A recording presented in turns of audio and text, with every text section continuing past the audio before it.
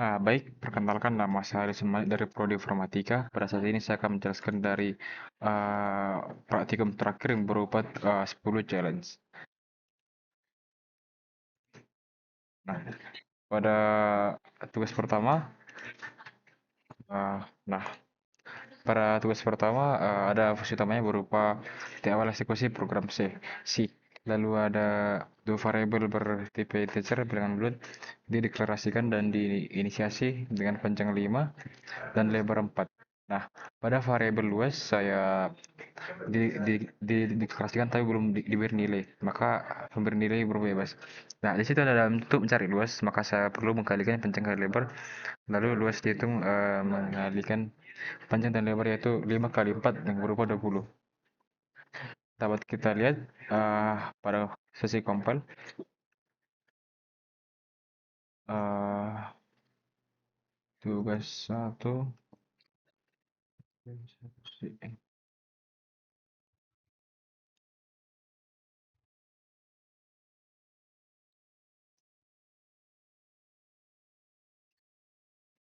Baik, saya akan masuk ke dalam tugas kedua. Nah, tugas kedua saya akan menjelaskan di bagian ini.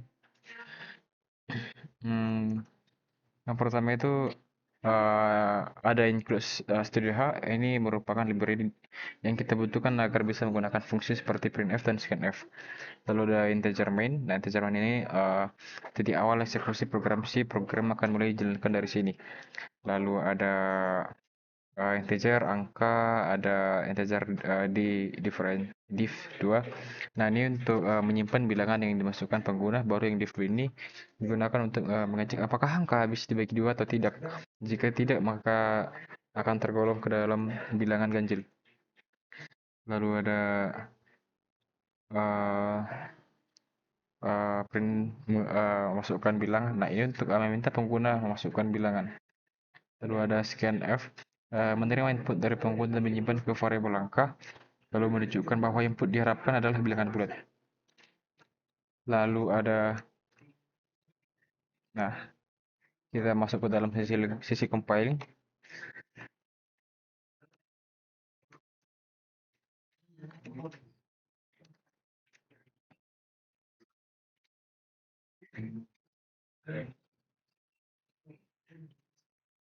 Nah, karena 12 habis dibagi dua, maka ini masuk ke dalam kategori bilangan genap. Masuk ke dalam tugas yang ketiga. Nah, tugas yang ketiga saya akan jelaskan. Ini nah, pertama itu ada fungsi integer tukar nilai. Nah, ini menerima dua pointer integer yaitu ya integer pointer A dan integer pointer B. Lalu ada bernilai ini nilai yang ditunjuk oleh pointer A, begitu juga B. Nah, ini untuk mencetak nilai variabel yang ditunjuk pada A dan B. Yang perlu kita ketahui bahwa ini akan menimbulkan peringatan saat kompilasi. Harusnya diberi return atau ubah menjadi void. Nah, ada fungsi mainnya. Nilai 1 dan nilai 2 adalah variabel integer biasa. Jika A dan B adalah pointer ke integer, awalnya di set ke 0, boleh menunjukkan kemana-mana. Lalu ada print F, ini mencetak nilai awal dari nilai 1 dan nilai 2. Lalu ada nilai A dan B ini untuk menunjuk nilai yang pertama. Lalu ada tukar nilai. Nah, ini yang dipanggil adalah A dan B. Artinya fungsi akan mencetak nilai A dan B, apa yang kita masukkan tadi. Lalu masuk kita ke dalam sesi compiling. Tugas 3.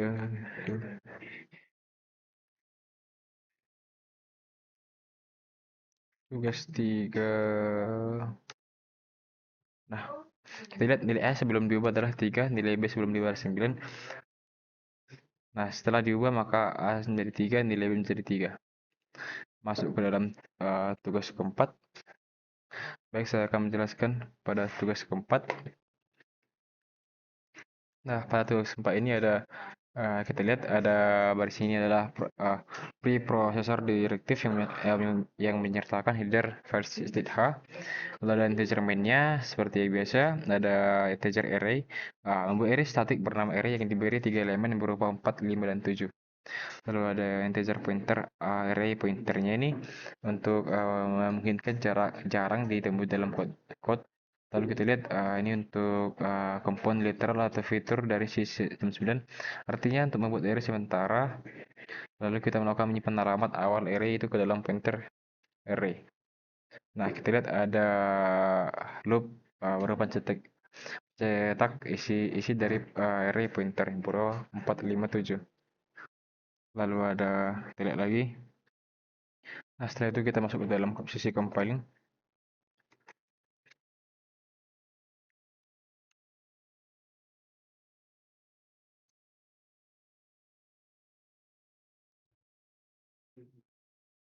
Nah, kita lihat berikut output yang kita terima 4, 5, dan 7. Nah, kita masuk ke dalam uh, tugas yang kelima atau challenge yang kelima. Nah, pada challenge yang kelima kita lihat ada printf dan scanf-nya berupa dari include std. Lalu kita lihat ada fungsi faktorialnya berupa integer a. Ini digunakan untuk nilai faktorial dari satu bilangan A secara rekursif. Lalu jika A lebih kecil atau sama dengan 1, lalu fungsi mengembalikan A. Biasanya faktorial didefinisikan sebagai 0 pointer sama dengan 1, 1 pointer sama dengan 1. Namun program ini mengembalikan A. Lalu kita lihat ada else return A pointer faktorial A dikurang 1 untuk memanggil dirinya sendiri dengan A dikurang 1 dan hasilnya dikalikan dengan A. Contoh rekursifnya ada jika A sama dengan 4, maka faktorialnya kita lihat dikali dengan diri sendiri. Kita masuk ke dalam compiling.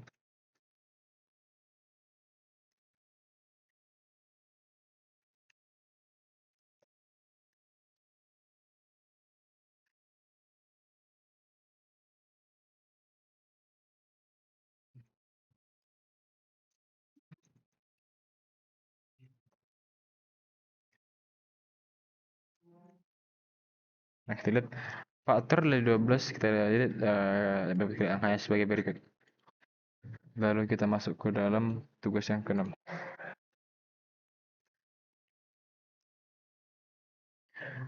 Nah, pada tugas yang keenam saya akan menjelaskan bahwa ada kita lihat void input array. Nah, ini untuk mengisi array dengan n buah nilai float dari input pengguna. Prosesnya untuk menampilkan prompt masukkan n nilai menggunakan scanf, lalu uh, uh, kita buat address f-nya dan address array. Ini untuk membaca nilai float dari pengguna dan menyimpan ke dalam array. Lalu kita lihat fungsi hitung rata-rata. Nah, tujuannya untuk menghitung rata-rata dari elemen array. Prosesnya untuk menjumlahkan seluruh nilai dalam array ke variabel total. Lalu kita mengembalikan hasil pengambilannya totalnya n sebagai rata-rata. Lalu kita lihat tujuannya untuk menampilkan hasil rata-rata ke layar. Kita lihat prosesnya untuk menggunakan printf untuk mencetak nilai dengan angka 2 di belakang koma. Lalu ada fungsi integer main. Lalu ada memasukkan nilai. Dan ada kita lihat ada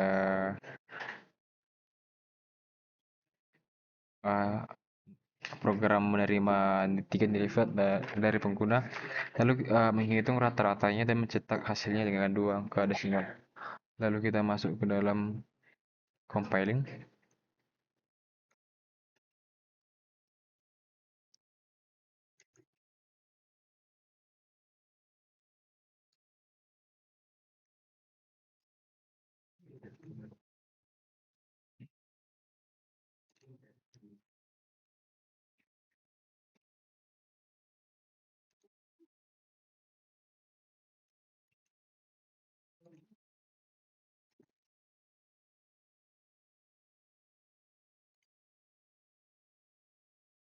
Masukkan 3 nilai, saya masukkan 12, 23, dan 3. Rata-ratanya berupa 12,67.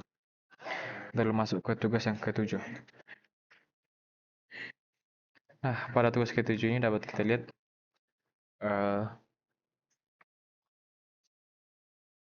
ada berupa include studio hanya seperti biasa, ada integer penjumlahannya berupa integer A dan integer B. Ada integer pengurangannya berupa A dan integer B juga. Nah, ini ada penjumlahannya Integer A, integer B, return A di plus B. Ini fungsi penjumlahannya menerima dua parameter A dan B bertipe integer, mengembalikan hasil penjumlahan A plus B. Integer pengurangan integer A, integer B, return A dikurang 0, B. Lalu kita lihat ada integer B-nya berupa integer X dan Y. Printf masukkan dua angka dipisahkan dengan spasi, ada scanf. Printf, printf-nya ini ada dua pengurangan dan penjumlahan dari integer A dan integer B tadi, dari return 0. Nah, lalu setelah itu kita masuk ke dalam sesi compiling.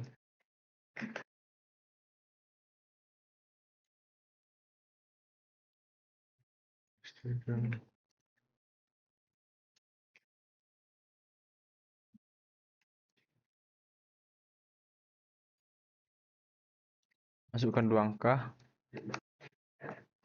Nah, kita lihat dengan sambil masukkan dua angka, dari pengurangannya ada 24 dan pengurangan 0 penjumlahan 24 dengan sambil integer A-nya 12 dan integer B-nya 12 juga. Lalu masuk ke dalam tugas yang ke-8.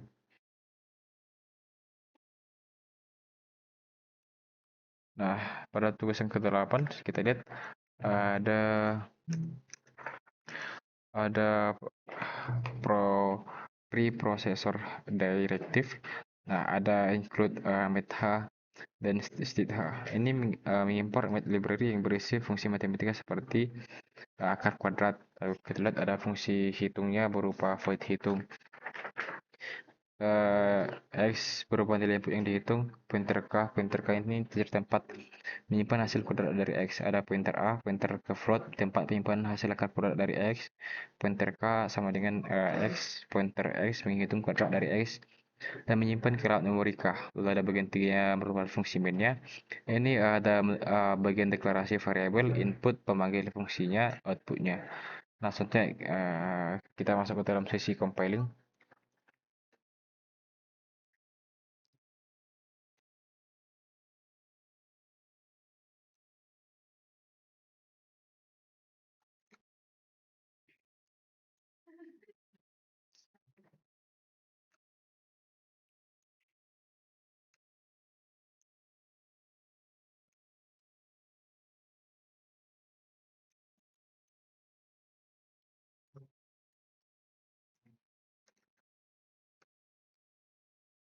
Kita kasih inputnya 12. Jika dikuadratkan ada 144 dan diakarkan 3,46. Kita masuk ke tugas yang ke-9. Challenge yang ke-9. Nah, yang ke-9 ini ada void input nilai. Ini untuk mengubah alamat pointer itu atau alokasi dinamis, maka harus lewat pointer ke pointer. Ada pointer ke integer untuk menyimpan banyaknya nilai. Baru program meminta input jumlah nilai. Lalu kemudian malloc digunakan mengalokasikan memori untuk array nilai sebanyak jumlah elemen. Lalu kita lihat ada fungsi hitung rata-rata. Nah, menerapkan pointer nilai ke array integer dengan jumlah elemen jumlah.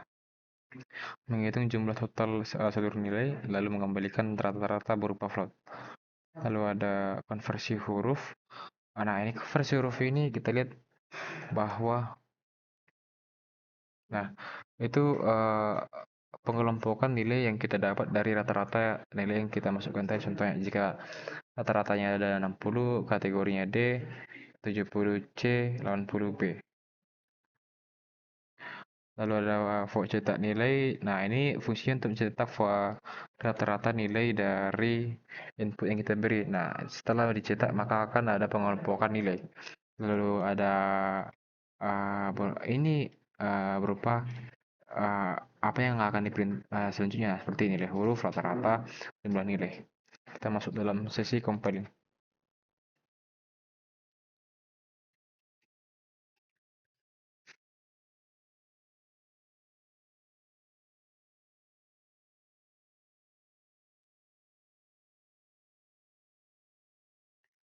Contohnya kita masukkan nilainya ada 78.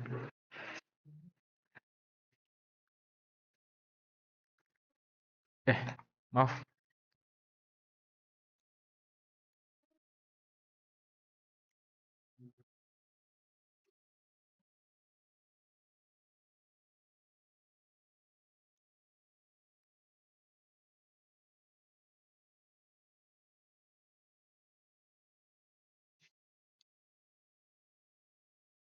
Saya masukkan dua saja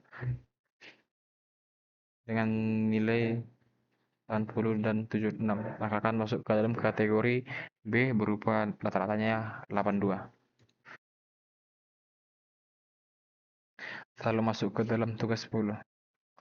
Nah, di tugas 10 saya akan menjelaskan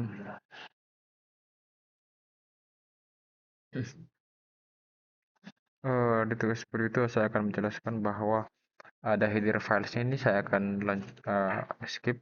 Saya akan masuk ke dalam type data mahasiswa atau struknya. Nah, struknya ini adalah kumpulan beberapa variabel dengan tipe data berbeda yang digabungkan menjadi satu tipe data baru. Ada nama, NIM, nilai, dan status.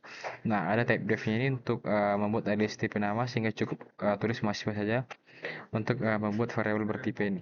Ada fungsi input datanya. Nah, ini untuk meminta user memasukkan beberapa mahasiswa yang ingin dimasukkan. Lalu ada loop untuk setiap mahasiswa memasukkan data NIM dengan nilai. Lalu ada fh digunakan untuk input string yang bisa mengandung spasi. Berbeda dengan scanf, hanya baca sampai spasi pertama. Ada fgauge, ada kode. Nah, ada fungsi untuk menentukan status. Nah, ini kita menggunakan looping dengan ketentuan lulus dan tidak lulus. Nah, fungsi ini menerima rim sesuai dengan jumlah data mahasiswanya. Ada jika 60 dan ke atas itu lulus, 60 ke bawah tidak lulus. Kita masuk ke dalam sesi compiling.